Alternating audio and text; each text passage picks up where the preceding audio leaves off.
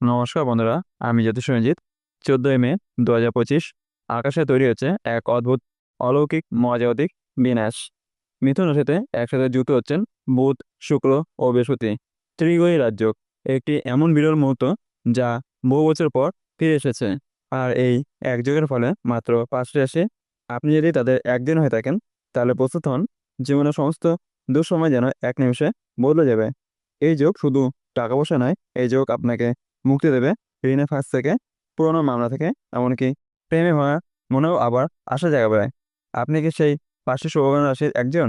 আজকের ভিডিওটা একটু স্কিপ করবেন না, শেষ পর্যন্ত দেখুন, কারণ আজ আমি শুধু ভবিষ্যৎবাণী নয়, দিচ্ছি প্রতিটি রাশির জন্য বিশেষ করণীয় সমাধান, যা করলে আপনি নিজেই নিজের ভাগ্য বদলে দিতে পারবেন। 1. মেষ রাশি। আপনি যদি মেষ রাশির জাতক বা জাতিকা হয়ে থাকেন তাহলে এই ত্রিগ্রহী রাজ্যটি আপনার জন্য তৈরি করছে এক রোমাঞ্চকর পরিস্থিতি। মেষ রাশির রাজ্য কোন ঘরে? এই ত্রিগ্রহী রাজ্য আপনার তৃতীয় ঘরে ঘটছে। তৃতীয় ঘর মানেই পরিশ্রম, সাহস, যোগাযোগ এবং ভাই বোন সংক্রান্ত বিষয়। এখন যে কোনো কঠিন কাজে আপনি একা হাতে জয় ছিনিয়ে আনতে পারবেন। যে কাজ এতদিন থেমেছিল, যে চেষ্টা বারবার ব্যর্থ হচ্ছিল, এবার সেগুলোতেই সাফল্য আসবে। অর্থ লাভ। মেষ রাশির জাতক জাতিকের জন্য এটা একেবারে গোল্ডেন টাইম। হাতে আসবে অপ্রত্যাশিত টাকা, হঠাৎ প্রজেক্টের সাকসেস, কমিশনের লাভ কিংবা ফ্রিল্যান্স ব্যবসায় লাফিয়ে আয়। যারা চাকরিতে আছেন তাদের বোনাস বা প্রমোশনের ইঙ্গিতও আছে। পুরনো মামলা মোকদ্দমার জয়। আপনার উপর যদি কোনো কোর্ট কাচারি লিগ্যাল চাপ থাকে তাহলে সেটি এবার নিরসন হবে। ত্রিগ্রহী রাজ্য আপনার কণ্ঠে এবং সিদ্ধান্তে এমন জোর এনে দেবে যে আপনার আইন জয় নিশ্চিত হতে পারে। ঋণ মুক্তি। যারা অনেকদিন ধরে ঋণ কাঁধে বয়ে চলছেন তার জন্য এটা মুক্তির সময়। এ সময়ে টাকা আসবে এবং সেটা এমনভাবে যে আপনি সহজেই ঋণ শোধ করতে পারবেন। বিয়ে ও প্রেমের সম্ভাবনা। আপনার যাদের প্রেম চলছে তার জন্য নতুন বাঁক আসছে। দীর্ঘদিনের সম্পর্ক এবার গড়াতে পারে বিয়ের দিকে। আর যাদের এখনো সঙ্গী আসেনি জীবনে, তারা কাউকে জীবনে পরিপূরক হিসাবে পেতে পারেন। শত্রু নাশ। তৃতীয় ঘরে শক্তিতে আপনার প্রতিদ্বন্দ্বীরা এবার হেরে যাবে। যারা আপনাকে ঠকেছিল বা পিছনে টানছিল তারা নিজেরাই পিছু হটবে। সমাধান। আপনার জন্য এই সময় বিশেষ সমাধান হলো সোমবার সকালে রুদ্রাভিষেক করা, পঞ্চামৃত দিয়ে শিবলিঙ্গে জল অর্পণ করুন এবং বলুন ওং নমঃ শিবায় 108 বার। এই জপ আপনার জীবনে স্থায়ী সমৃদ্ধি এবং সাহস আনবে। মেষ রাশি জাতক জাতিকা, এটা আপনার সামনে সেই দরজা যা দিয়ে আপনি শুধুই হাঁটবেন না, দৌড়ে চলে যাবেন সাফল্যের চূড়ায়। 2. সিংহ রাশির জাতক জাতিকা। সিংহ রাশির রাজ্য কোন ঘরে? এই ত্রিগ্রহী রাজ্য সিংহ রাশির জন্য ঘটছে একাদশ ঘরে। একাদশ ঘর অর্থ, আশা, ইচ্ছে পূরণ, বড় ভাই এবং সামাজিক সম্মান। এটা এমন একটি সময় যখন আপনি যা চেয়েছিলেন তা একে একে হাতে এসে ধরা দেবে। আর্থিক সমৃদ্ধি। আপনার পুরনো বিনিয়োগ থেকে লাভ আসবে। শেয়ার মার্কেট, মিউচুয়াল ফান্ড, সঞ্চয়পত্র সবকিছুতেই ইতিবাচক ফল পাবেন। নতুন আয় উৎসের সম্ভাবনা তৈরি হবে। সম্মান ও পুরস্কার। আপনার কাছে স্বীকৃতি আসবে এবার। কর্মক্ষেত্রে সম্মান, সোসাইটিতে গুরুত্ব এবং পরিবারের গর্ব হয়ে উঠবেন আপনি। ইচ্ছে পূরণ ও প্রাপ্তি। যে স্বপ্নগুলো এতদিন ধরে শুধু ভাবনা ছিল, এখন তার বাস্তবায়নের সময়। বাড়ি কেনা, গাড়ি কেনা, বিদেশ ভ্রমণ, এসব ইচ্ছে এবার সত্যি হতে পারে। বন্ধু বান্ধবের সাহায্য। এই সময় বন্ধুদের সাহায্য পাবেন, তারা হঠাৎই জীবনের মূল ঘুরিয়ে দিতে পারে। বিবাহ ও প্রেম। যদি আপনি অবিবাহিত হন তবে পাকা সম্বন্ধ আসবে। যারা সম্পর্কে রয়েছে তাদের প্রেম আরও গভীর হবে। সমাধান। রবিবার সকালবেলায় সূর্যকে অর্পণ করুন কাঁচা দুধ ও গঙ্গা জল মিশিয়ে। বলুন ওম গৃহিণী সূর্যায় নমঃ। এই জপ অভূতপূর্ব সম্মান ও নেতৃত্ব এনে দেবে। 3. তুলা রাশির জাতক জাতিকা। তুলা রাশির রাজ্য কোন ঘরে? এই রাজ্য আপনার নবম ঘরে ঘটছে। নবম ঘর হলো ভাগ্য, ধর্ম, বিদেশ ভ্রমণ, উচ্চশিক্ষা এবং গুরুজনের আশীর্বাদ। ভাগ্যচক্র ঘুরে যাবে। আপনার দীর্ঘদিনের কষ্ট এবার ভাগ্যের জোরে বদলে যাবে।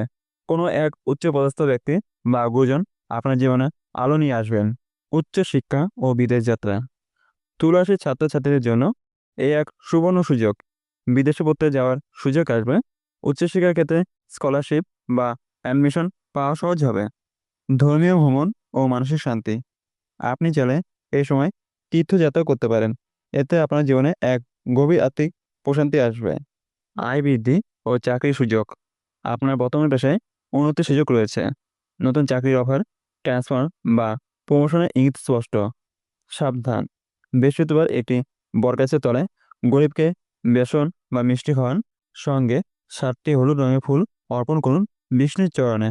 বলুন, ওম নমো ভগবতে বাসুদেবায়। 4. ধনুরাশি জাতক জাতিকা। ধনুরাশি রাজযোগ কোন ঘরে? এই ত্রিগ্রহী রাজযোগ ধনুরাশির জন্য সপ্তম ঘরে ঘটছে।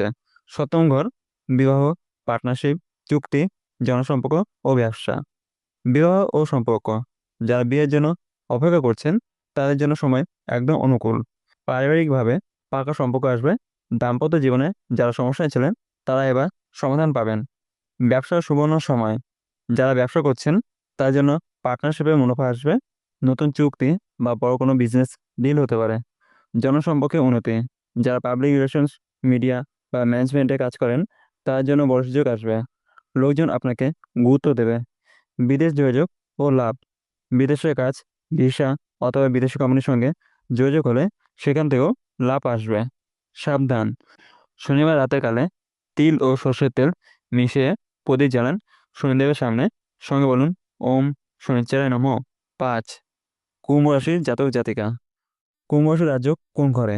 এই রাজযোগ কুম্ভ রাশির জন্য পঞ্চম ঘরে ঘটছে। পঞ্চম ঘর সৃজনশীলতা, সন্তান, প্রেম, শিক্ষা এবং ভাগ্যের উন্মেষ। প্রেমের সাফল্য, যারা কারো প্রেমে আছেন বা কাউকে পছন্দ করেন তারা এবার সাহস করে জানাতে পারবেন। সম্পর্কে গাঢ় হবে, অনেকেই বিয়ের সিদ্ধান্ত নেবেন। সন্তান লাভের সুযোগ, যারা বহুদিন ধরে সন্তানের আশা করছেন তার জন্য এটা এক আনন্দের সময়। সন্তান লাভ বা সন্তানের সুখবর আসতে পারে। শিক্ষায় উন্নতি, এ সময় কুম্ভ রাশির ছাত্রদের জন্য একাধিক সফলতা অপেক্ষা করছে। পরীক্ষায় ভালো ফল, স্কলারশিপ অথবা নতুন কোর্সে ভর্তি সব সম্ভব।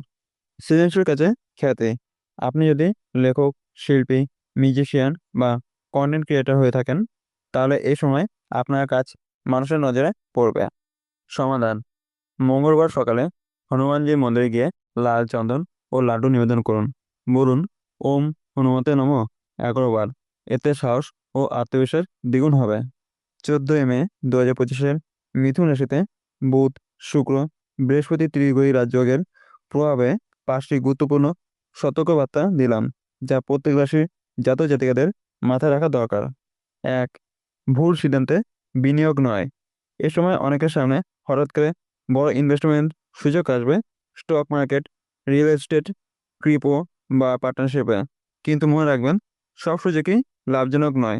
ত্রিগ্রহী জায়গায় বুদ্ধি প্রখর হয় কিন্তু অতিরিক্ত আত্মবিশ্বাস মারাত্মক ক্ষতি করতে পারে। 2. সম্পর্কের ক্ষেত্রে অহংবোধ নিয়ন্ত্রণ করুন। বৃহস্পতি ও বুধের একত্রের প্রভাব অনেক সময় জাতকদের মধ্যে যুক্তির আধিক্য বা আত্মকেন্দ্রিক মনোভাব তৈরি করে, যার ফলে প্রেম, দাম্পত্য বা পারিবারিক সম্পর্কে মন কষাকষি বাড়তে পারে। নিজেকে সর্বজ্ঞ ভাবা বা আমি ঠিক জোর করে চাপিয়ে দিলে সম্পর্ক ভেঙে যেতে পারে। অতিরিক্ত কাজের চাপ শরীর ও মনের ক্ষতি করতে পারে। ত্রিগ্রহী যুগ অনেক রাশিকে সুপারচার্জ করে তোলে। সফল হতেই হবে এই মানসিকতায় অনেকে নিজেকে কর্মমুখী যন্ত্র বানিয়ে ফেলে। ফলে মানসিক চাপ, ঘুমের সমস্যা, ক্লান্তি এবং হার্ট বা ব্লাড প্রেশার সম্পর্কিত সমস্যা দেখা দিতে পারে। 4. অহেতুক কথা বললে অপমান হতে পারে। মিথুন রাশি বুদ্ধির রাশি, আর বুধ ও শুক্র একত্রে থাকলে জিভে চটুলতা আসে। এই সময় যদি আপনি কাউকে কিছু না ভেবে বলে দেন সেটা সম্পর্ক নষ্ট করতে পারে বা বদনাম ডেকে আনতে পারে, বিশেষ করে সামাজিক মাধ্যমে। সমাধান। 5. পুরনো শত্রু বা প্রতিদ্বন্দ্বী ফিরে আসতে পারে ছদ্মবেশে। ত্রিগ্রহী যুগে অনেক পুরনো বন্ধু আবার জীবনে ফিরে আসবে, কিন্তু সবাই বন্ধু নয়। কারো মুখে মধু, মনে বিষ। বিশ্বাস করার আগে ভালোভাবে চিনুন, নাহলে বিশ্বাসঘাতকতা হতে পারে। সর্বশেষে শেষ কথা হলো, ত্রিগ্রহী রাজ্য বারবার আসে না। এটা ঠিক যেন জীবনে এমন একটা ক্রসিং, যেখানে সঠিক পথ ধরতে পারলে জীবন বদলে যায়। আপনি যদি এই 5 রাশির জাতক জাতিকা হয়ে থাকেন তাহলে এই সময়কে জীবনের নতুন অধ্যায় হিসেবে গ্রহণ করুন।